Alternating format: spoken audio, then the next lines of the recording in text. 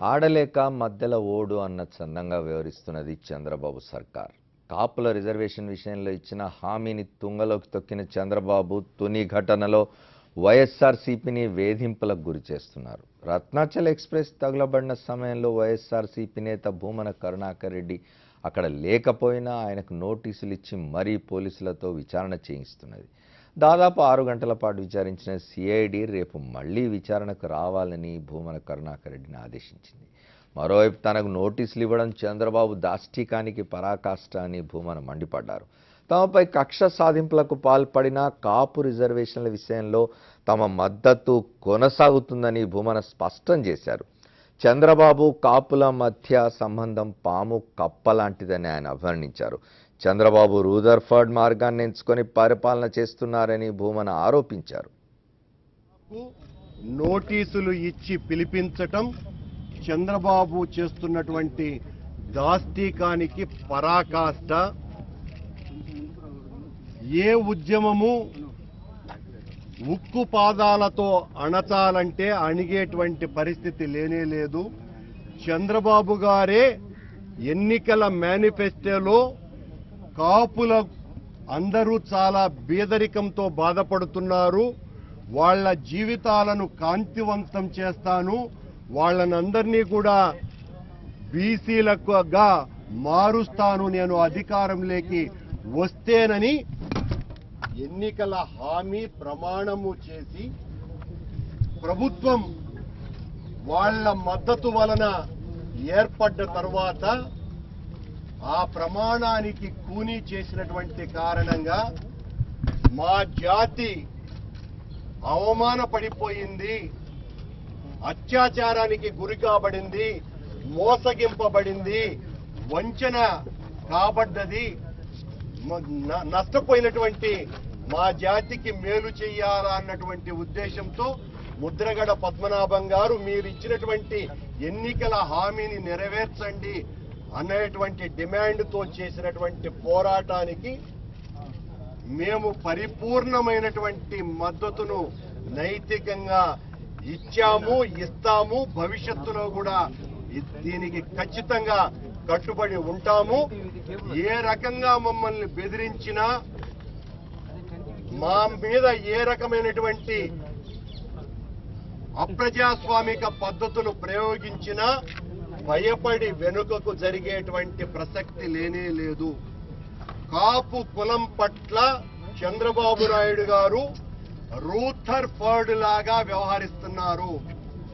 మన్యంలో ఉన్నటువంటి అమాయక గిరిజనుల పట్ల బ్రిటిష్ అధికారి రూథర్ఫర్డ్ ఏ రకంగా అయితే వాళ్ళనందరినీ కూడా పిట్టలను కాల్చినట్టు కాల్చివేసి ఆ ఉద్యమాన్ని అణిచేటువంటి రీతిలో ప్రవర్తించాడో, ఈ రోజున కాపు కులాన్ని కూడా చంద్రబాబు నాయుడు ఆ రూథర్ఫర్డ్ మార్గాన్ని ఎంచుకొని ఈ కులాన్ని అణగదొక్కేటువంటి ప్రయత్నం చేస్తున్నారు.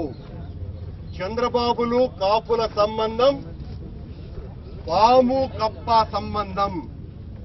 ఈ పాము ఈ కప్పను మింగటానికే నిరంతరం ప్రయత్నం చేస్తున్నది. అందులో భాగంగా ఆ తుని ఘటనతో ఏ రకమైనటువంటి సంబంధము లేనటువంటి వాడిని కేవలం నైతిక మద్దతు ఇచ్చినందుకు మా నాయకుడు జగన్మోహన్ రెడ్డి గారిని బదనాం చేయటానికి, దీని వెనక మా కుట్ర ఉంది అనని ఆయన మొదటి రోజునే మాట్లాడి పోలీసు వాళ్ల చేత నాటకం చేయించేటువంటి ప్రక్రియ ఏదో మొదలు పెట్టినట్టుగా ఉన్నది. పోలీసు వాళ్ళు చాలా నిష్పాక్షికంగా విచారణ చేస్తారు అన్నటువంటి నమ్మకం నాకిప్పటికీ ఉన్నది. ఈ రోజున వాళ్ళు అడిగిన ప్రతి ప్రశ్నలకు నేను సమాధానం చెప్పాను. మళ్ళీ రేపు రమ్మన్నారు, రేపు ఉదయం మళ్ళీ వస్తాను. వచ్చిన తర్వాత మళ్ళీ మీతో మాట్లాడతాను. నేను ఒత్తిళ్లకు భయాలకు గురి కాబట్టేటువంటి మనిషిని కాదు. నా జీవితంలో భయం అన్నది ఏంటో నాకు తెలియదు. ఏదో అవన్నీ కూడా రేపు ఖచ్చితంగా మీతో మాట్లాడతాను. ఈ రోజు మాట్లాడడం కరెక్ట్ కాదు. నేను ఖచ్చితంగా రేపు అన్ని విషయాలు మీతో మాట్లాడతాను. అంటే వాళ్ళు ప్రశ్నలు సంధించారు కదా, ఏమేమి అంశాలు మిమ్మల్ని అడిగారని? ఆ విషయాలు రేపు మాట్లాడతానని చెప్తున్నారు కదా.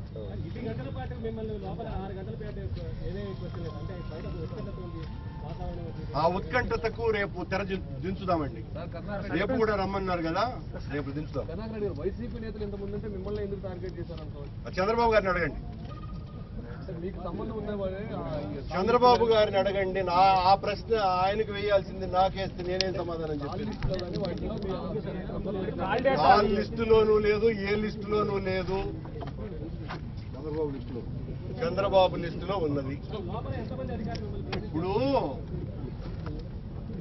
గుర్రపు తోకకి వెంట్రుకలు ఎన్నున్నాయి, మెరీనా బీచ్ లో ఇసుక రేణువులు ఎన్నున్నాయి, ముఖ్యమంత్రి అయ్యేంత వరకు చంద్రబాబు ఎన్ని లీటర్ల సారాయి తాగినాడు, ఈ విషయాల వివరాలు నన్ను అడిగితే నేనేం సమాధానం చెప్పగలను? తుని సంఘటనలో మీకున్న సంబంధం ఏంటి అంటే అంతే చెప్పగలను. మొదటి రోజు సిఐడి పిలిచి ప్రశ్నించిన అనంతరం భూమన కరుణాకర్ రెడ్డి మాట్లాడింది విన్నాం మీడియాతోటి. ఇక వైఎస్ఆర్సీపీ నేత భూమన కరుణాకర్ రెడ్డిని విచారించిన అనంతరం సిఐడి ఎస్పీ హరికృష్ణ మీడియాతో మాట్లాడారు. భూమనన్ రేపు కూడా విచారణకు రమ్మన్నామని చెప్పారు. ఆయన ఏమన్నారు విన్నాం. మీ సిఐడి ఎంక్వైరీ విచారణ అడుగుతామండి. విచారణలో భాగము, ఎంక్వైరీలో పార్ట్. సాటిస్ఫై నాన్ సాటిస్ఫై ఇక్కడ ఎట్లా ఉండదు. It's a part of investigation. అంటే ఎంక్వైరీ అండి, విచారణలో జరుగుతుంది.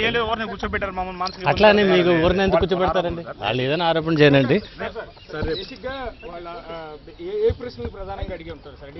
అవి మేము ఇక్కడ బయట చెప్తామండి. ఎంక్వైరీలో పార్ట్ అండి అది. లాస్ట్ సో మెనీ క్వశ్చన్స్ అండి.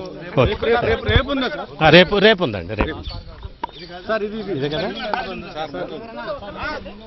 సార్, మీ అనుమానాలకి దగ్గరగా ఉన్నాయా, మీకు వచ్చే రిలేటెడ్ గా ఉన్నాయా? Investigation part should not reveal anything. Okay, thank you. Bhumana పాత్ర ఏంటి, ఏ ఆధారాలతో భూమన వాళ్ళు విచారణ? ఎంక్వైరీలో చాలా మందిని సంబంధం గురించి అడుగుతారండి. ఇన్వెస్టిగేషన్ లో పార్ట్. నోటీస్ ఇచ్చి ఎవరినైనా పిలిచి అడుగుతారు. నోటీస్ ఇచ్చి పిలిచాం కదా. మీ దగ్గర ఉన్న ప్రైమరీ ఎవిడెన్స్ ఇప్పుడు డిస్కస్ చేయలేదు. Okay, thank you. రేపు కూడా ఉంటుంది. రేపు ఉంటుందండి. ఇన్వెస్టిగేషన్లో భాగం అంటున్నారు సిఐడి అధికారి. ఎక్కడో తుని తూర్పుగోదావరిలో జిల్లాలో జరిగిన సంఘటనకు చిత్తూరు జిల్లాకు సంబంధించిన భూమన కరుణాకర్ రెడ్డికి ఎట్లా సంబంధం పెడతారో చూడాలి. దాని గురించి మాట్లాడదాం పెద్దలతో. ఒక షార్ట్ బ్రేక్ తీసుకొని వద్దాం.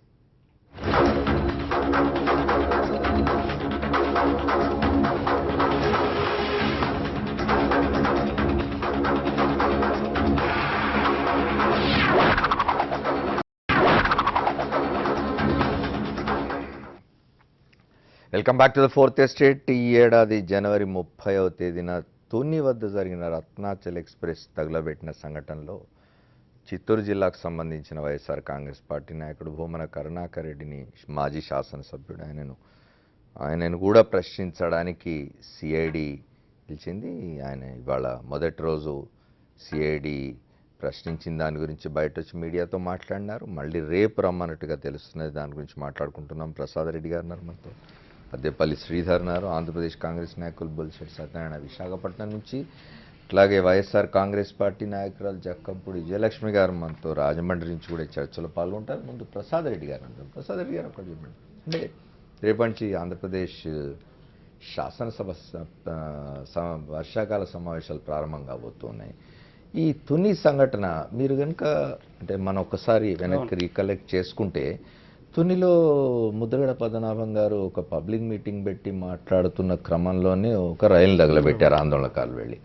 రైలు ఇంకా తగలబడుతూనే ఉన్నప్పుడే ముఖ్యమంత్రి గారు ప్రెస్ కాన్ఫరెన్స్ పెట్టి ఇది జగన్మోహన్ రెడ్డి వైఎస్ఆర్ కాంగ్రెస్ దాని కొనసాగింపుగా ఇవాళ రాయలసీమ నుంచి వైఎస్ఆర్ కాంగ్రెస్ పార్టీ నాయకుడు కరుణాకర్ రెడ్డిని పిలిచి ప్రశ్నిస్తున్నారు. మొత్తం దీన్ని ఎట్లా చూస్తారు?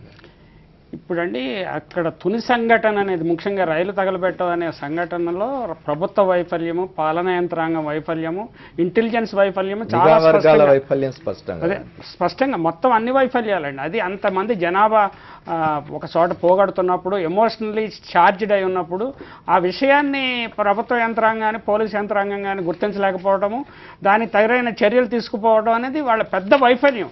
ఆ వైఫల్యాన్ని కప్పిపుచ్చుకోవడానికి వెంటనే ఆ సంఘటన ఇంకా విచారణ జరగకుండానే సంఘటన ఇంకా ట్రైన్ తగలబడుతున్న సందర్భంలోనే ముఖ్యమంత్రి గారు రాయలసీమ రౌడీలు వచ్చి ఇక్కడ చాలా ప్రశాంతంగా ఉండే గోదావరి జలాల్లో చిచ్చు పెడుతున్నారని ఒక జడ్జిమెంట్ ఇచ్చేశారు.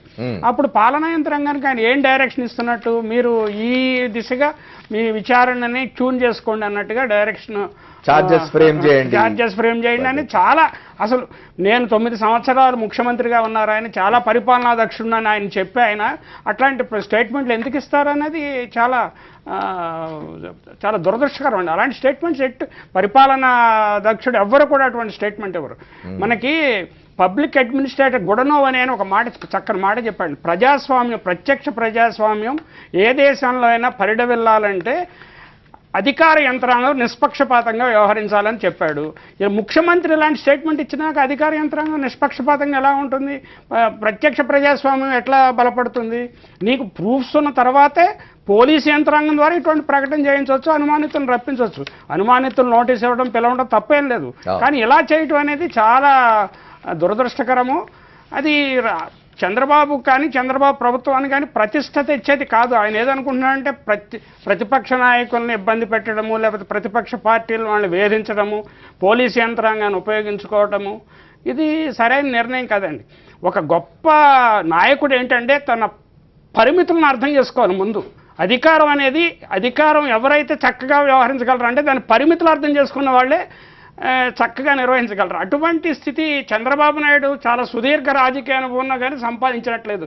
ఆయన హైలీ ప్రెజుడిస్డ్, జడ్జిమెంటల్ అయిపోతున్నట్టుగా కనిపిస్తూ ఉన్నది. ఇంకా రోజు రోజుకి కాలం గడిచిన కొద్దీ ఇంకా ఆయన ఏదో అందరూ నన్ను సరౌండ్ చేస్తున్నారు, నేను బలహీన పడుతున్నాను అన్న అనుమానం వచ్చిన కొద్దీ ప్రతిపక్షాల మీద దాడి చేయటము, ఎదురు దాడి చేయటము, అస్పష్టమైన ప్రకటనలు చేయటము, కన్ఫ్యూజన్ క్రియేట్ చేయటము చేస్తున్నా ఉన్నారు. ఇది ఎందుకనో ఆయన ప్రతిష్టకి మెరుగుపరిచేది కాదు. అలాగే మన ముద్రగడ పద్మనాభం గారు ఆయన చాలా స్పష్టంగా చెప్పారు, నాకు 40 సంవత్సరాల పైగా రాజకీయ అనుభవం ఉంది, జగన్మోహన్ రెడ్డి వయసు 40 సంవత్సరాలు దగ్గరలో ఉన్నాడు, ఆయన సహాయం నేను తీసుకోవటం ఏంటి, ఆయన నన్ను ఏదో రెచ్చగొట్టడం ఏంటి, లేదా ఆయన సలహా మీద నేను వైలెన్స్ క్రియేట్ చేయటం ఏంటి, అది చాలా ఇర్రెలవెంట్, ఇర్రేషనల్ స్టేట్మెంట్ అని ఆయన కూడా చెప్తున్నాడు. మనకి ఇప్పుడు వరకు చాలా ఏది ఒక ప్రూఫ్ అనేది కనిపించలేదు. ప్రైమా ఫ్యాసీ ఏది వైఎస్ఆర్ కాంగ్రెస్ కానీ లేకపోతే రాయలసీమ రౌడీలు వచ్చినట్టు కానీ ప్రైమా ఫ్యాసీ కేసు లేదు. స్థానిక నాయకుల మీద, ముఖ్యంగా కాపు యువకుల మీద, వైఎస్ఆర్ కాంగ్రెస్ నాయకుల మీద కేసులు పెడుతున్నారు. ఇప్పుడు ఇంతకుముందు వైఎస్ఆర్ కాంగ్రెస్లో ఉండి ఇప్పుడు టీడీపీలో చేరిన వాళ్ళ మీద కూడా కేసులు పెట్టినట్టుగా తెలుస్తూ ఉన్నది. ఇలాంటి సందర్భాలు ఇప్పుడు వాళ్ళ గురించి ఎటువంటి నిర్ణయం తీసుకుంటారు? ఇవన్నీ చాలా అనుమానాస్పదంగా ఉందండి. ఇప్పుడు ముఖ్యంగా పాలనా యంత్రాంగానికి సవాల్ ఏంటంటే గతంలో జరిగిన అనుభవాలను దృష్టిలో పెట్టుకుని నిష్పక్షపాతంగా వ్యవహరించండి. మీరు నిష్పక్షపాతంగా వ్యవహరించడమే మీకు రక్షణ. లేకపోతే మీకు ఎప్పుడు చంద్రబాబు నాయుడు పరిపాలించడు, ఎప్పుడు ఆయన మాట చెల్లుబాటు కాదు. There is a tomorrow. డెమోక్రసీలో ఎవరైనా కింద పడవచ్చు, ఎవరైనా పైకి రావచ్చు. కాబట్టి నిష్పక్షపాతంగా వ్యవహరించడం ద్వారా వాళ్ళు తమ స్కిన్ని సేవ్ చేసుకోగలుగుతారు. ఒకటి ప్రసాద్ రెడ్డి గారు, ఇప్పుడు రాజకీయాల్లో ఎట్లా ఉంటుందంటే ఏ పార్టీ అయినా పోటీ పడాల్సిందే, ప్రజల మెప్పు పొందడానికి, అధికారంలో కొనసాగడానికి పోటీ పడాల్సిందే. కానీ అసలు విపక్షం లేకుండా చేయాలనే ఒక ఆలోచనలో భాగంగా ఇవన్నీ జరుగుతున్నట్టుగా ఉన్నాయి. ఇది అనడానికి బేసిస్ ఏమిటంటే ఇటీవలి కాలంలో ప్రతిపక్ష వైఎస్ఆర్ కాంగ్రెస్ పార్టీ, ఎందుకంటే ఇంకో పార్టీ లేదు శాసనసభలో, ప్రతిపక్ష వైఎస్ఆర్ కాంగ్రెస్ పార్టీకి సంబంధించిన శాసనసభ్యుల్ని, ప్రజాప్రతినిధుల్ని కేసుల్లో ఇరికించి, ఉదాహరణకు ఒక రోజాను శాసనసభ నుంచి సంవత్సరం పాటు వెలివేసినారు. తర్వాత ఒక భాస్కర్ రెడ్డి మీద కేసులు పెట్టినారు, జైలుకు పంపించినారు. ఇప్పుడు భూమన కరుణాకర్ రెడ్డి మీద పెడుతున్నారు. ఇంకొంతమంది శాసనసభ్యుల మీద కూడా కేసులు పెట్టడం, జైలుకు పంపడం జరిగింది. ఇది ప్రజాస్వామ్యంలో ఎట్లా అంటే అంటే ఇన్సెక్యూరిటీ, నాయకుడికి ఇన్సెక్యూరిటీ ఎక్కువైపోయినట్టుగా కనిపిస్తాను. ఇన్సెక్యూరిటీ పెరిగిన కొద్దీ అందుకని ఏ ఎలక్షన్లు పెట్టట్లేదు. ఈ తన పార్టీలో ఫిరాయించిన వాళ్ళని రాజీనామా చేయించి ఎన్నికల్లో నిలబెట్టుకుని నెగ్గించి సంషేర్గా చేసుకోవచ్చు, అలా చేసుకోలేకపోతున్నాడు. అలాగే కార్పొరేట్ ఎన్నికల్ని, మున్సిపల్ ఎన్నికల్ని వాయిదా వేసుకుంటూ వస్తున్నాడు. అంటే is not sure of himself. చాలా ఇన్సెక్యూర్గా ఫీల్ అవటం వల్ల ఇటువంటి వ్యవహారాలు చేస్తున్నాడు. సార్, మనతో వైఎస్ఆర్ కాంగ్రెస్ పార్టీ నాయకురాలు జకంపూడి విజయలక్ష్మి గారు ఉన్నారు. ముందు వారితో ఒకసారి మాట్లాడి ఆ తర్వాతనే మళ్ళీ శ్రీధర్ గారి దగ్గరికి, సత్యనారాయణ గారి దగ్గరికి వస్తాను.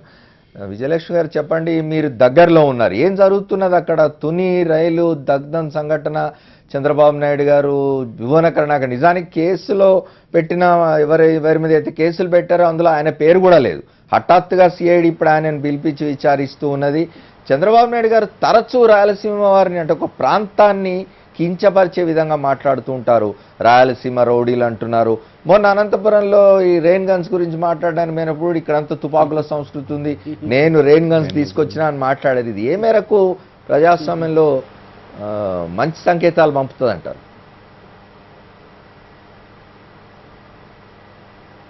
యాక్చువల్గా కాపుల విషయంలో అయితే ఖచ్చితంగా మొదటి ముద్దాయి కింద చంద్రబాబు నాయుడు గారినే తీసుకోవాలి. చెప్పండి అమ్మా. చంద్రబాబు నాయుడు గారు ఈ రోజుని తన మీద ఎంక్వైరీ వచ్చినప్పుడు దాన్ని కోర్టులకు వెళ్ళి స్టేలు తెచ్చుకుంటున్నారు.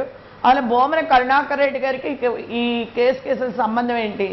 తన మీద నిజంగా బ్రీఫ్డ్ మీ అనేది ఫోరెన్సిక్ ల్యాబొరేటరీస్ కూడా ప్రూవ్ చేశాక తను దాన్ని స్టే తెచ్చుకుని ఆపుకున్నాడు. తను నిజమైనటువంటి ముద్దాయి ప్రజల ముందు దోషిగా నిలబడుతూ కూడా అనవసరమైనటువంటి వ్యవహారాన్ని నడుపుతూ ఇక్కడ కాపుల్ని ఏదో రకంగా ఇబ్బందులు పెట్టాలనేటటువంటి ఆలోచన. ఎక్కడో చిత్తూరు జిల్లా నుంచి వచ్చి తూర్పుగోదావరి జిల్లాలో జరిగినటువంటి ఇన్సిడెంట్కి కరుణాకర్ రెడ్డి గారిని బాధ్యత చేయడం అనేది చాలా సిగ్గుచేటైనటువంటి విషయం. ఆ రోజునేమో తూర్పుగోదావరి జిల్లాకి సంబంధించి వీళ్ళందరూ చాలా మంచివారు, గోదావరి జిల్లాలకు సంబంధించినటువంటి వాళ్ళు వీళ్ళు చేయరు, రాయలసీమ రౌడీలు చేశారన్నారు. మళ్ళీ రాయలసీమ కడపల్లి మీ జిల్లా చాలా మంచి జిల్లా, ఇక్కడ ఇటువంటి ఏమీ జరిగేటటువంటి పరిస్థితి ఉండదని అక్కడ చెప్పాడు. ఈయన మాటకి పొంతన ఉండదు. ఏ రకంగా తను రాజకీయం చేస్తున్నాడన్నది ఎంతసేపు కూడా ప్రతిపక్షాలని అణిచివేయాలి, ప్రతిపక్షంగా ఉన్నటువంటి వైఎస్ఆర్సీపీని అణిచివేయాలి, జగన్మోహన్ రెడ్డిని ఏదో ఒక రకంగా బ్యాట్ చేయాలనేటటువంటి ఆలోచన తప్ప ఏ రకంగానూ కూడా కాపుల విషయంలోనూ అతనికి చిత్తశుద్ధి లేదు, రాష్ట్ర ప్రజల విషయంలోనూ చిత్తశుద్ధి లేదు. అందరినీ మోసం చేసినట్టు కాపులు కూడా మోసం చేశాడు. కాపులకు సంబంధించినటువంటి ఏ కేసులున్నా కూడా సిఐడి నిజంగా విచారణ చేయవలసింది మాత్రం చంద్రబాబు నాయుడిని. ఇవాళ చంద్రబాబు నాయుడు ప్రభుత్వం ఈ రాష్ట్రంలో ఉన్నటువంటి ప్రజలకి న్యాయ వ్యవస్థ పట్ల, చట్టం పట్ల పూర్తి విశ్వాసం కోల్పోయేటట్లు చేస్తున్నారు. ఇది సరైనటువంటి విధానం కాదు. ఇదే విధానం కొనసాగితే ఖచ్చితంగా ఈ ఎంక్వైరీలన్నీ తన మేడకే చుట్టుకునేటటువంటి పరిస్థితి వస్తుందని చంద్రబాబు నాయుడు తెలుసుకోవాల్సినటువంటి అవసరం ఉంది. ఆ విషయం అర్థం చేసుకోకుండా అసలు ఈ రోజున కరుణాకర్ రెడ్డి గారిని కేసులో లేడు. ఆయన ఏ రకంగానే అతనికి సంబంధం లేదు. ఎవరిని అరెస్ట్ చేయమని చెప్పేసి ఒకసారి హామీ ఇచ్చారు. వెళ్ళి సడన్గా ఒక రోజు అమలాపురం మీద దాడి చేసి అమలాపురం సభ్యులను తీసుకొచ్చి అక్కడ వీళ్ళ ముద్దాయిలను చూపించారు. ఇవాళ ఎవరిని ఏ రోజున ఏ క్షణాన్ని ముద్దాయిగా చూపిస్తాడో తెలియదు. తన గురించి ఎవరు విమర్శించకూడదు, తన గురించి ఎవరు మాట్లాడకూడదు. మాట్లాడితే ఇమీడియట్గా వాళ్ళు ఏ కేసుల్లో బుక్ చేయాలనేటటువంటి ఆలోచన. ఇవాళ కరుణాకర్ రెడ్డి గారు జగన్మోహన్ రెడ్డి గారికి బాగా అత్యున్నతమైనటువంటి సన్నిహితుడు. ఆయనకి ఈస్ట్ గోదావరితో చాలా రకాలైనటువంటి సంబంధాలు ఉన్నాయి. గతంలో నా భర్త జక్కమూడి రామ్మోహన్ రావు గారు కానీ, ఉండవెల్లి అరుణ్ కుమార్ గారు కానీ, వీళ్ళందరూ కరుణాకర్ రెడ్డి గారికి చాలా సన్నిహిత సంబంధం ఉన్నటువంటి వ్యక్తులు. కరుణాకర్ రెడ్డి గారు చాలాసార్లు ఈస్ట్ గోదావరి జిల్లా రావడం జరిగింది. ఇక్కడున్న వాళ్ళకి కూడా ఏమైనా సమస్యలు ఉన్నప్పుడు కరుణాకర్ రెడ్డి గారితో చర్చించుకోవడం జరిగింది. వాళ్ళ కరుణాకర్ రెడ్డి గారిని అసలు సిఐడి ఎంక్వైరీకి పిలవటమే చాలా సిగ్గుచేటైనటువంటి విషయం. ఈ రాష్ట్రం తన తప్పిదాలని, రాష్ట్ర ప్రభుత్వం తన తప్పిదాలని పక్కన పెట్టడం కోసం పర్టికులర్గా రేపు స్టార్ట్ అయ్యే అసెంబ్లీలో ఈ విషయాలేమి బయటికి రాకుండా ఉండటం కోసం ఏదో రకంగా వైఎస్ఆర్సీపీ మీద బురద జల్లాలనేటటువంటి ఆలోచనతో ఉంది. ఓకే అండి, వాస్తవమైనటువంటి విషయం. ఓకే విజయలక్ష్మి గారు, మళ్ళీ వస్తాను మీ దగ్గరికి. సత్యనారాయణ గారు ఒక్కటి చెప్పండి. 1996లో చంద్రబాబు నాయుడు గారు ముఖ్యమంత్రి అయినప్పుడు తొలిసారి 95 సెప్టెంబర్లో వారు ముఖ్యమంత్రి అయ్యారు. ముఖ్యమంత్రి అయినప్పుడే వారి విజన్ 2020.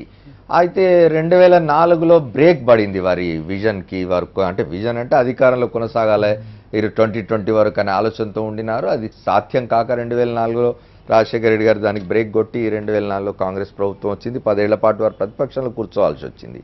ఇప్పుడు మళ్ళీ అదే ఆ విజన్లో భాగంగానే ప్రతిపక్షం లేకుండా చేయాలనే ఆలోచనలో భాగంగా ఇదంతా చేస్తున్నారనిపిస్తున్నదా? సార్ లైన్ కరెక్ట్ కట్ అయిపోయింది, ఒకసారి కనెక్ట్ చేయమని చెప్తారా?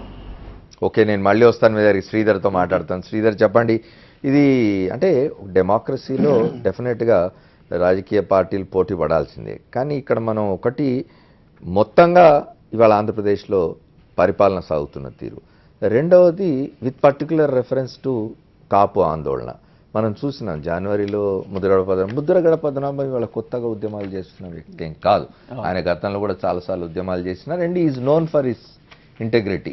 ఆయన ఎవరికి లొంగకుండా, ఎన్టీ రామారావు గారి ప్రభుత్వంలోనే ఆయన మంత్రిగా ఉన్నప్పుడు జేబులో రాజీనామా లేఖ పెట్టుకొని రైల్వే స్టేషన్కి వెళ్ళి సెక్యూరిటీ గార్డుకి రాజీనామా లేఖ ఇచ్చేసి రైలు ఎక్కి వెళ్ళిపోయిన వ్యక్తి ఆయన. ఇవాళ జగన్మోహన్ రెడ్డి గారు చెప్తేనో ఇంకోటి చెప్తేనో ప్రొవోక్ అయ్యనే ఉద్యమం చేస్తున్నారని ఒకటి. రెండవది ప్రభుత్వం వైఖరిలో కూడా జనవరిలో ఆందోళన జరిగినప్పుడు రైలు తగలబడినప్పుడు ముఖ్యమంత్రి ఏం మాట్లాడినారు, ఆ తర్వాత ముద్రగడ పద్మనాభం గారిని పాసిఫై చేసి వారి దీక్ష విరింపజేయడానికి ఏం మాట్లాడినారు, రెండవసారి ముద్రగడ పద్మనాభం మళ్ళీ దీక్ష చేయాలనుకున్నప్పుడు ఏం మాట్లాడినారు, ఆ తర్వాత ఏం మాట్లాడినారు, కేసులు ఎవరి మీద పెట్టినారు, ఏం జరిగింది, ఇవన్నీ చూస్తే ఏమనిపిస్తున్నది? అంటే ఇప్పుడు ముద్రగడ పద్మనాభం గారు ఎందుకు చేశారు, ఏం చేశారు అన్నది అంత ఐడియా ఉన్నదండి. జియో 30 ఆయన ముందర కాంగ్రెస్ ప్రభుత్వంలో ఇచ్చినా కూడా అది ఇంప్లిమెంట్ చేయమని చెప్పి చంద్రబాబు నాయుడు గారు సీఎం ఉన్నప్పుడు, ఎప్పుడైతే 96లో సీఎంగా ఉన్న తదనంతరం ఆ టైంలో మేము అడగడం జరిగింది. జరిగిన తర్వాత అక్కడ కమిషన్ కూడా వేయకపోతే హైకోర్టులో రిట్ వేసి it went up to contempt of case. ఆ రోజున కంటెంప్ట్ కూడా వెళ్తే గవర్నమెంట్ రోహిణి గారే ఉన్నారు, అంటే రోహిణి గారు అంటే పలు కేసుల్లో కొంచెం ఫేవరబుల్గా ఇచ్చారు కాబట్టి చంద్రబాబు నాయుడు గారు అందరూ తెలుసు. ఈ కేసులో ఏమన్నారంటే accordingly the writ petition is disposed of with the direction to the second respondent, అంటే second respondent government of Andhra Pradesh to consider the representation of so and so Kapu Telaga Balija Ontari సంఘాలు with the procedure under act 20 of 1993. I peruse the counter affidavit filed by the second respondent, government, as well as other material on record. Having regard to the facts and circumstances, keeping in view the counter affidavit filed by the second respondent, explaining the steps that have already taken, there is no need for further inquiry in this contempt case. అంటే government మీద contempt కేసులో government ఇచ్చిన affidavit నమ్మి ఆ రోజు రోహిణి గారు ఏమన్నారంటే already వాళ్ళు స్టెప్స్ తీసుకుంటున్నారు. ఇన్ 2010 మళ్ళీ చంద్రబాబు నాయుడు గారు సీఎం వచ్చారు, 2.5 సంవత్సరాలైంది. 2016లో ఇప్పుడు మనం ఇక్కడ ఉన్నాం, సెప్టెంబర్లో ఉన్నాం, మళ్ళీ ఎక్కడున్నామో అక్కడే ఉన్నాం. ఆ రోజు ఒక బుడ్డి కమిషన్ వేశారు, ఎంక్వైరీ ఏం జరగదు, రిపోర్ట్ ఏమీ రాదు, ప్రజలేమో అడుగుతూ ఉంటారు, కంటెంప్ట్ దాకా వెళ్ళింది. ఈ రోజు మళ్ళీ same situation after 6 years also same chief minister, same position, ఒక కమిషన్ ఉన్నది, రిపోర్ట్ ఎంక్వైరీ చేస్తున్నారో లేదో తెలియదు. అంటే ఎందుకు ఇది పదే పదే ఇది జరుగుతుందంటే ఇద్దామా ఇవ్వకూడదా అన్నది వారి చేతిలో ఉన్నది. మైండ్ ఆఫ్ ద జియో 30లో క్లియర్గా రాసింది. అది చంద్రబాబు నాయుడు గారు కూడా మొదట రోజు చదివినప్పుడు పొరపాటు అన్నా రెండో రోజు సరిదిద్దుకుని ఏమన్నారు, it is the mind of the government to include Kapu Telaga Balija Ontari సంఘం into BC and the subsequent steps are to be taken. అంటే mind of the government is to include them. Steps ఏ విధంగా చేయాలంటే ఒక బీసీ కమిషన్ వేయాలి. ఇప్పుడు మంజునాథ్ కమిషన్ వేశారు, వారికి మొదట ఒక 6 నెలలు మంజునాథ్ కమిషన్ వేశారు, ఆయన కుర్చీ వేయలేదండి. కుర్చీ వేశారు అంటే నేను వెళ్ళి పర్సనల్గా మీట్ అయ్యాను కాబట్టి ఒకళ్ళిద్దరు అన్నారు కుర్చీ వేయలేదని. ఒక ఏసీ రూమ్ ఉన్నది, చాలా చిన్న రూమ్ ఉన్నది, ఆయన వచ్చి చేస్తున్నారు. ఆయన నిన్న కూడా టైం అడిగితే 15 తర్వాత రమ్మన్నారు. మళ్ళీ కొంత వెసులుబాటు ఉన్నది, కానీ నిజంగా ఏదైతే కార్యక్రమం ఆయన చెయ్యాలో ఆయనకు నిజంగా అంత వెసులుబాటు ఉందా లేదా ఆయన క్లియర్గా అడిగాం. మీరు ఎంక్వైరీ చేయబోతున్నారా, మీరు అన్ని ప్లేసెస్ తిరిగి చేయబోతున్నారా, సర్వే చేయబోతున్నారా, శాంపుల్ సర్వే చేయబోతున్నారా, జనరల్ సర్వే చేయబోతున్నారంటే పల్స్ స్మార్ట్ సర్వే చేయమని చెప్పి నేను ప్రభుత్వానికి చెప్పాను. ఆ సర్వే రిపోర్ట్ బేస్ చేసుకుని నేను చేస్తానన్నారు. ఆ సర్వే ఏమో సరిగా జరగట్లేదు. ఇప్పుడు మంజునాథ్ కమిషన్ ఏం చేయబోతున్నారు అంటే నిజంగా ఆ సర్వే బేస్ చేసుకుని చేస్తారా, లేకపోతే చంద్రబాబు నాయుడు గారు గవర్నమెంట్ చెప్పిన విధంగా నడుచుకుంటారా అన్నది. నేను ఇందాక కేసులన్నీ కూడా చూశానండి. మొత్తం ఈ కేసులన్నీ కూడా ఏదైతే గవర్నమెంట్ సబ్మిట్ చేశారో కోర్టులో కానీ ఇవన్నీ కూడా ఎన్ని కేసులు పెట్టారు, ఎంతమంది మీద పెట్టారు అన్నది అరౌండ్ 132 మంది మీద కేసులు పెట్టారండి. 132 మంది రాయలసీమ వాళ్ళండి. దాంట్లో ఉట్టి కడప నుంచి ఒకళ్ళే అండి. రాయలసీమ రావుడే ఒకరే అనమాట. అంటే ఇప్పుడు అంటే ఆ పేరు అది కూడా నేను I was verifying. East Godavari నుంచి 119 మంది, కడప నుంచి ఒకళ్ళు, గుంటూరు నుంచి 2, విజయనగరం నుంచి ఒకళ్ళు, వెస్ట్ గోదావరి నుంచి 2, విజయవాడ నుంచి 2, తెలంగాణ నుంచి 2, నాట్ అవైలబుల్ అన్నది 3, మొత్తం 132 పర్సన్స్ మీద కేసెస్ అంటే వాళ్ళ స్టేట్మెంట్ ప్రిపేర్ చేసింది. ఇప్పుడు నాట్ అవైలబుల్ ముగ్గురులో కరుణాకర్ రెడ్డిని పెడతారా? అంటే మీకు ఇంకా చాలా విచిత్రమైన విషయాలు చాలా ఉన్నాయండి. అంటే ఇప్పుడు ఏదైనా తప్పు మాట్లాడినా ఎవరు మాట్లాడినా కూడా చాలా ఉన్నాయి మీకు. అంటే ఇప్పుడు crime number 23 2016లో followers Mudragada Padmanabham అంటే ఎంతమంది అన్నా ఎవరినన్నా పెట్టుకోవచ్చు. ఫాలోవర్స్ ముద్దగడ పద్మనాభం, సింపథైజర్స్ అని పెట్టారు. Unknown followers Mudragada Padmanabham and others 200 members. Crime number 29లో 200 members, firing of vehicles and police records. ఈ ఎంక్వైరీ మొత్తం ఈ స్టేట్మెంట్ గవర్నమెంటే ప్రిపేర్ చేసింది, ఇది తీసుకోవడం అంటూ జరిగింది. మొదట 30 కేసుల వరకు ఏంటంటే ముద్దగడ పద్మ అండ్ అదర్స్ కొంతమంది పేర్లు రాయడం అంతా జరిగింది. అంటే ఒక ఇష్యూ జరిగింది, అటు మీటింగ్ పెట్టారు, తదనంతరం కొన్ని ఇష్యూస్ జరిగినాయి. దీనికి 30-40 కేసులు పెట్టే అంత ఆస్కారం లేదండి. సరే పెట్టారు. ఇంకా 41 నుంచి కేసు ఎలా ఉన్నదో తెలుసా అండి? Unknown followers Mudragada Padma destroying, ఇంకా unknown accused firing vehicle. Already firing vehicle ఏ వెహికల్ డిస్ట్రాయ్ చేశారో మన వెహికల్ నెంబర్తో సహా 10 పేర్లు 20 పేర్లు రాసిన తర్వాత ఇంకా వారు అలసిపోయారు. 40వ కేసు దగ్గర నుంచి ఏంటంటే unknown accused firing of the vehicle. Sridhar గారు I come back to you detail గా మాట్లాడదాం. ఒకసారి సత్యనారాయణ గారితో మాట్లాడొస్తున్నారు, లైన్ క్లియర్. సత్యనారాయణ గారు చెప్పండి, ఇప్పుడు రాజశేఖర రెడ్డి గారు 2004లో వచ్చి బ్రేక్ వేసిన తర్వాత మళ్ళీ 2014లో చంద్రబాబు నాయుడు గారు అధికారంలోకి వచ్చారు. ప్రతిపక్షం లేకుండా చేయాలనే ఆలోచనతో ఇదంతా జరుగుతుందనే విమర్శ వస్తున్నది, ఏమంటారు? అది ఒకటి డెఫినెట్ అయినా, ఎందుకంటే వచ్చిన దగ్గర నుంచి మీకు మాట్లాడే అధికారం లేదు అంటే ఆల్ పార్టీస్ని పట్టుకొని ఏ విషయంలో కూడా ఆయన అన్ని పార్టీలని సంప్రదించడం లేదండి. ఓన్లీ నేను ఏమని తలుచుకుంటే అంతే. ఇప్పుడు జగన్మోహన్ రెడ్డి గారు ఏమైనా మాట్లాడితే ఇష్యూ పక్కన పెట్టి ఇండివిజువల్గా అటాక్ చేయడం. ఇప్పుడు అసలు ఈ పర్టికులర్ కేసు మీద తుని ఇన్సిడెంట్ మీద అండి, నేను కూడా I was there in Tuni on that day. నేను రామచంద్ర గారు కలిసి వెళ్ళిన తర్వాత ఆయన ఈ మీటింగ్కి ముందు ముద్రగడ పద్మనాభం గారిని రూమ్లో కూడా కలవడం జరిగింది. కలిసిన తర్వాత మేము వచ్చి ఆయన్ని ఆ రైల్వే ట్రాక్ దగ్గర ధర్నా చేయడానికి పోతుంటే మేము వెనక్కి తిరిగి వస్తున్న ప్రయాణంలో ఎక్కడో భోజనం కానీ ఆగినప్పుడు అక్కడ పొగ కనబడుతుంది ఏమని చెప్పి మళ్ళీ వి వెంట్ బ్యాక్. అయితే నాకు తెలిసింది ఏంటంటే ఒక ట్రైన్ తగలబెట్టాలంటే మీటింగ్కి వచ్చిన వాళ్ళు ఎవరు చేయడానికి అవకాశం లేదండి. నాకు తెలిసి ఇది గవర్నమెంట్ ఫెయిల్యూర్. ఇక్కడ ఏమైనా అక్యూజ్ నెంబర్ 1, 2 ఎవరైనా ఉన్నారంటే అక్యూజ్ నెంబర్ 1 చంద్రబాబు నాయుడు గారు, accused number 2 failure of police department కాబట్టి డీజీపీ. ఎందుకంటే మేము వెళ్తున్నాం కదా, ఎక్కడ కూడా రిస్ట్రిక్షన్స్ లేవు. పోలీసులు చాలా ఫ్రీగా చాలా లిబరల్గా వాళ్ళు కూర్చొని మాట్లాడుకుంటున్నారు. అసలు అంటే వాళ్ళు they are already planned something ఏదో అవుతుంది, గవర్నమెంట్ నుంచి ఇన్స్ట్రక్షన్ ఉంది టు కీప్ క్వైట్. ఓకే, ఎందుకంటే ఇది డెఫినెట్గా అధికార యంత్రాంగం కావాలని ట్రైన్ తగలబెట్టి ఇటు కాపుల్ని రాయలసీమ నుంచి వైఎస్ఆర్సీపీ వాళ్ళని ఇద్దరిని ఇబ్బంది పెట్టవచ్చు ఒక దెబ్బతో అని అనుకున్నది. ఎందుకంటే ఇది ఇన్ని టెలివిజన్స్ ఉన్నాయి, ఏ టెలివిజన్లో కూడా తగలబెట్టడం రికార్డ్ అవ్వలేదు. చూడండి మీరు, విచిత్రం.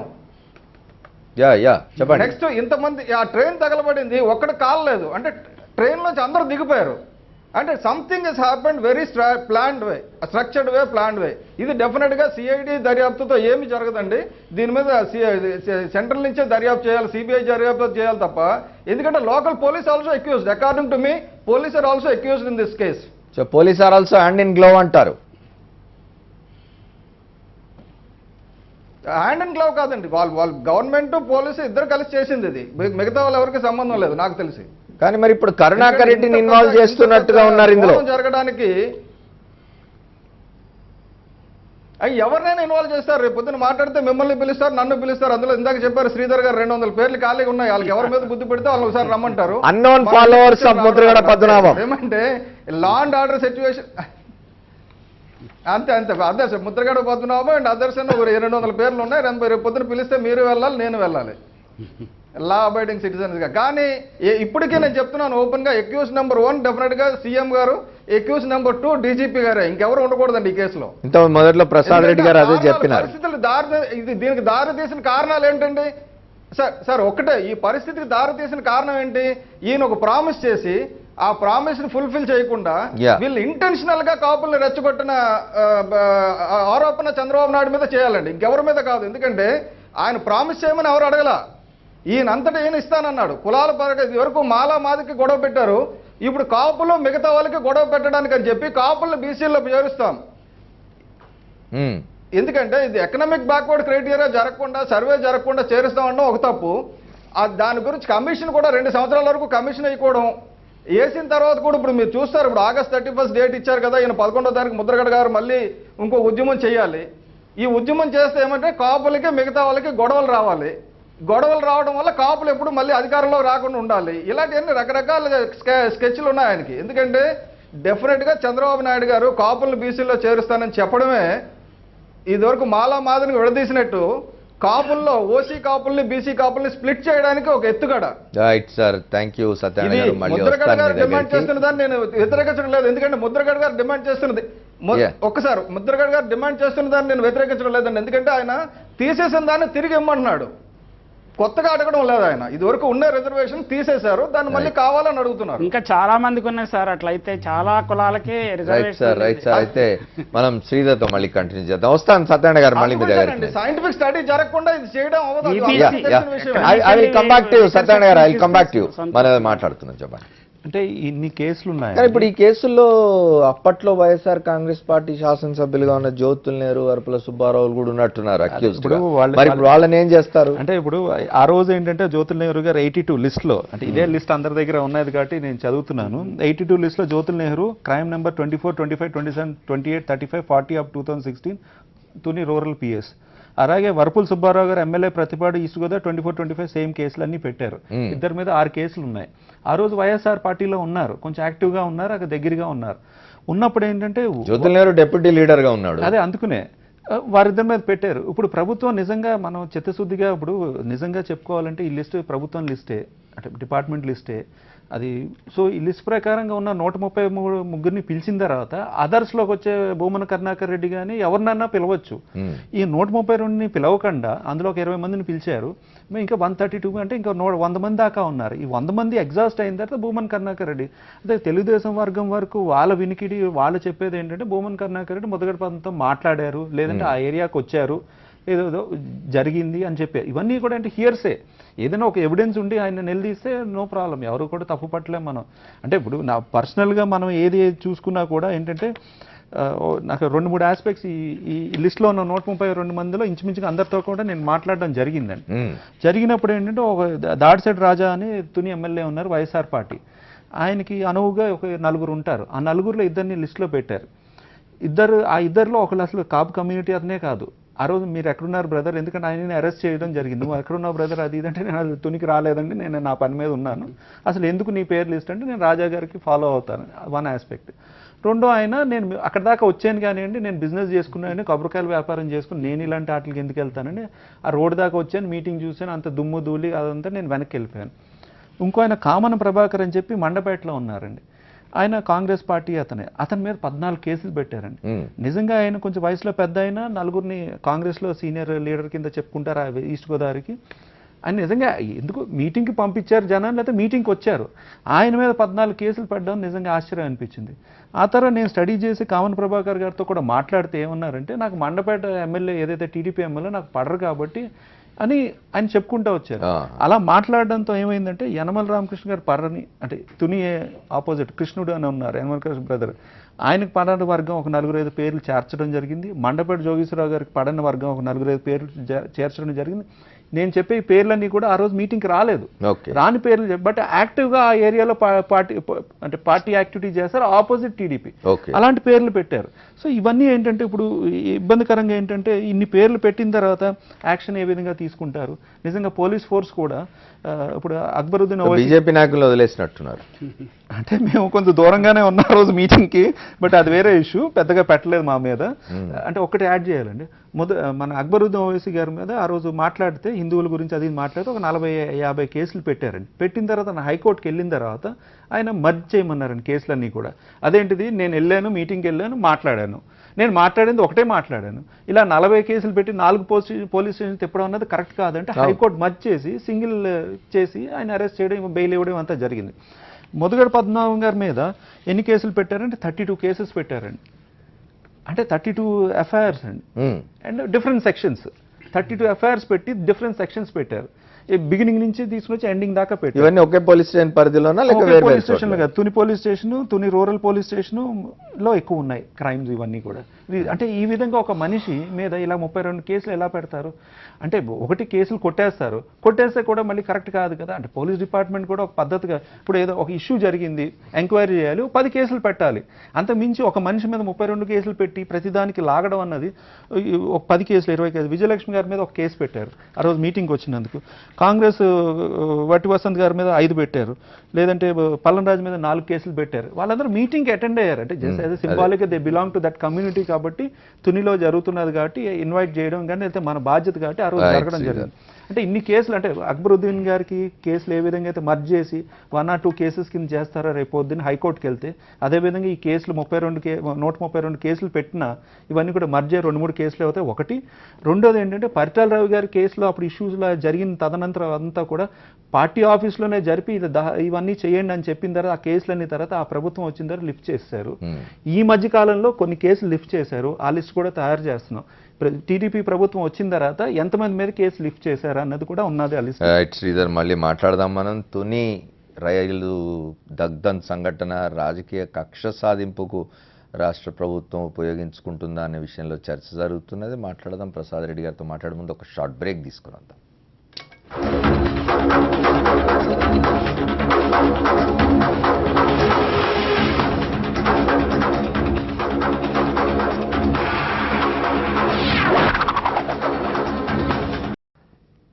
Back to the fourth estate. మనం తుని రైలు దగ్ధం సంఘటన, దానికి పర్యవసానంగా వచ్చిన కేసులు, వాటిల్లో వైఎస్ఆర్ కాంగ్రెస్ పార్టీ నాయకుల్ని చేర్చడం, వీటి గురించి మాట్లాడుకుంటున్నాం. ప్రసాద్ రెడ్డి గారు, ఇంతకుముందు సత్యనారాయణ గారు చెప్పిన దానిలో ఒక క్లియర్గా కనిపిస్తుంది ఏంటంటే, రైలు మనందరం కూడా చూసినాం, రైలు మొత్తం తగలబడిపోయింది, ఒక్కళ్ళకి ఏం జరగలేదు. అది సంతోషించాల్సిందే మనం, ఎవరికి ఏం జరగలేదు, ప్రాణాపాయం జరగలేదని. కానీ చాలా ప్లాన్డ్గా జరిగినట్టు కనిపిస్తుంది. అయితే పోలీసులు ఎక్కడ ఎటువంటి పహారా కానీ లేక రెస్ట్రిక్షన్స్ కానీ ఎవరిని ఆపడం కానీ ఇట్లాంటివి ఏం జరగలేదు. 3 జరిగినాయి. ఒకటి, ఆ రైలు దగ్ధం అవుతూ ఉంటే ముఖ్యమంత్రి ప్రెస్ కాన్ఫరెన్స్. రెండోది, రైలు దగ్ధం అవుతూ ఉంటే ఇంకా సమావేశం దగ్గర, సభ దగ్గర ఉన్న వాళ్ళ మీద తర్వాత కాలంలో కేసులు పెట్టినారు. తెలుగుదేశం పార్టీకి వ్యతిరేకంగా ఉన్న వాళ్ళ మీద కేసులు పెట్టినారని ఇంతకుముందు శ్రీధర్ గారు చదివిన లిస్టును బట్టి అర్థం. అంటే ఇదంతా కూడా ఒక పొలిటికల్ వెండెటా, రాజకీయ కక్ష సాధింపు కోసం జరిగి ప్రారంభమై ఇప్పుడు కరుణాకర్ దాకా వచ్చింది అనుకోవాలా? సత్యనారాయణ గారు చెప్పింది ఒకటి ఏంటంటే, అక్కడ చాలా టీవీ కెమెరా ఛానల్స్ వాళ్ళు ఉన్నారండి. ఎవరు కూడా మనకు అక్కడ ట్రైన్ తగలడేటప్పుడు ప్యానిక్ రియాక్షన్ ఉంటుంది కదా, ప్యానిక్ రియాక్షన్ ఎక్కడ కనిపిస్తలేదు. కాబట్టి ఆ రోజునే నాకు కొంచెం డౌట్ వచ్చింది, ఏంటి ఇదేదో కొంచెం స్టేజ్ మేనేజర్ లాగా అనిపిస్తుంది అని అనిపించింది. కానీ ఏంటంటే, మనకి చంద్రబాబు నాయుడు గారు రాయలసీమ రౌడీలు అన్నట్టుగా మనం స్టేజ్ మేనేజర్ అని మనం చెప్పడం కూడా తొందరపాటు అవుతుంది.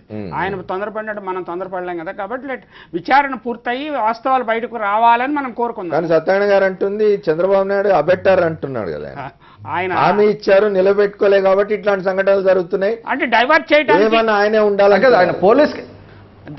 నేను ఇప్పుడు చంద్రబాబు నాయుడు గారికి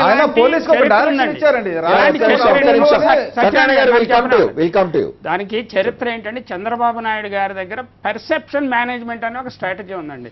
అంటే ఇప్పుడు రాయలసీమ వాళ్ళ మీద నెగిటివ్ ఫీలింగ్స్, అదే రాయలసీమ వాళ్ళు ఏదో కొంచెము మొరటుగానో కరగ్గానో వ్యవహరిస్తారనే పేరుంది. కాబట్టి వాళ్ళ మీద ఇంకే విమర్శ చేసినా కానీ అంటుకుంటుంది వాళ్ళకి. పెర్సెప్షన్ అంటే మెంటల్ పిక్చర్ అంటే ఒక మనో చిత్రం ఒకటి ఉంటుంది అంటే గళ్ళలుంగి కట్టుకున్న వాడల్లా రౌడీ అన్నట్టు, మీసాలు పెంచినాడల్లా చెడ్డ క్యారెక్టర్ అన్నట్టు, ఇలాంటి కొన్ని పెర్సెప్షన్. అలాంటి దాన్ని మేనేజ్ చేయడంలో ఆయన చుట్టూ ఉన్న మీడియా చాలా దుర్మార్గపు పాత్ర వహిస్తుందండి. తెలుగు జాతికి చాలా హాని చేస్తున్నారు వాళ్ళు. ఆ విధంగా ఏంటంటే, రాయలసీమ అద్భుతమైన మేధావును సృష్టించిన ప్రాంతం అండి. వీళ్ళు నేను మీడియాను విమర్శించకూడదు, కానీ మీడియా వాళ్ళు పుట్టిన ప్రాంతంలో ఎవరో మేధావులు పుట్టలేదు. దురదృష్టం, అది వాస్తవం అండి. అది ఆ టాపిక్ అలా ఉంచి పెర్సెప్షన్ మేనేజ్మెంట్లో ఉదాహరణకు మీరు తీసుకోండి. విజయవాడ సెంట్రిక్గా మనకి వడ్డీ వ్యాపారము, మహిళల్ని వేధించడము, మహిళల్ని వ్యభిచారంలో దింపడము, మహిళల్ని పీడించడము, అత్యాచారాలు జరిగినాయి. కానీ వాడు ఏం చేస్తాడంటే, ఎక్కడో అనపరితో వైజాగ్లోనే ఎవరో ఒక సామాజిక వర్గాన్ని తీసుకొచ్చిన వాడిని అరెస్ట్ చేసి అతని ముందు టీవీల ముందు ప్రొజెక్ట్ చేస్తుంటాడు. అసలు చేసిన వాళ్ళు దొంగలు వేరే ఉంటారు. అది అంటే పెర్సెప్షన్ మేనేజ్మెంట్ అంటే అది. అసలు చిత్రం వేరే ఉంటుంది, మనకి వెండితే టీవీల మీద చూపించే చిత్రం వేరే ఉంటుందండి. ఈ రకంగా దుర్మార్గ పాత్ర వహించి ఇక్కడ కూడా అలాంటి చేస్తున్న అనుమానం వస్తుంది. ఇప్పుడు ఇంతకుముందు కేసుల్లో కరుణాకర్ రెడ్డి పేరు లేకుండా ఇప్పుడు సడన్గా నీకు రేపొద్దున అసెంబ్లీ ప్రారంభమయ్యే ముందు ఇది వచ్చింది, అసెంబ్లీలో రేపొద్దున మళ్ళీ అటాక్ చేస్తారు, కౌంటర్ అటాక్ అనమాట. అక్కడ ఏమి చర్చ జరగకుండా కౌంటర్ అటాక్. ఇప్పుడు పట్టిసీమ, సదావర్తి, ఓటుకు నోటు, ఇవన్నీ ఇష్యూస్ అన్ని డైవర్ట్ చేసి కరుణాకర్ రెడ్డి విచారణ మీద దృష్టి పెడతారు. ఇది ఇంకా పర్సెప్షన్ మేనేజ్మెంట్ అంటే అది. ఇప్పుడు మామూలుగా ఏదైనా సంఘటన జరిగితే దర్యాప్తు జరిగి పోలీసులు ఒక నివేదిక సమర్పించిన తర్వాత బాధ్యత గల పదవుల్లో ఉన్న అంటే ముఖ్యమంత్రి స్థాయి వ్యక్తులు మాట్లాడుతున్నప్పుడు మీడియా దగ్గరికి వస్తున్నప్పుడు అట్లా నివేదిక ముందు పెట్టుకొని మాట్లాడాలి.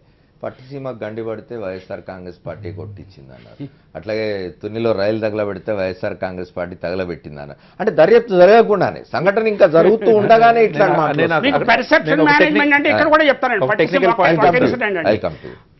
పట్టిసీమ 140 కిలోమీటర్ల రోడ్డు రాజశేఖర రెడ్డి గారి కాలువ రాజశేఖర రెడ్డి గారి హయాంలో జరిగిందండి. పర్ఫెక్ట్ వర్క్ జరిగింది. అని ఎందుకంటే మా ఊరు పక్కనే నేను వెళ్ళేటప్పుడు వచ్చేటప్పుడు చూస్తూనే ఉంటాను. తర్వాత 30-40 కిలోమీటర్లు చాలా ఎక్కువ ఖర్చు పెట్టి వీళ్ళు చేయటం అవకతవకలతో చేశారు. ఒక జాతీయ పత్రిక రాసిందండి, the work is completed during Rajasekhar Reddy's regime and there are many loopholes in the work. జాతీయ పత్రిక రాసిందండి.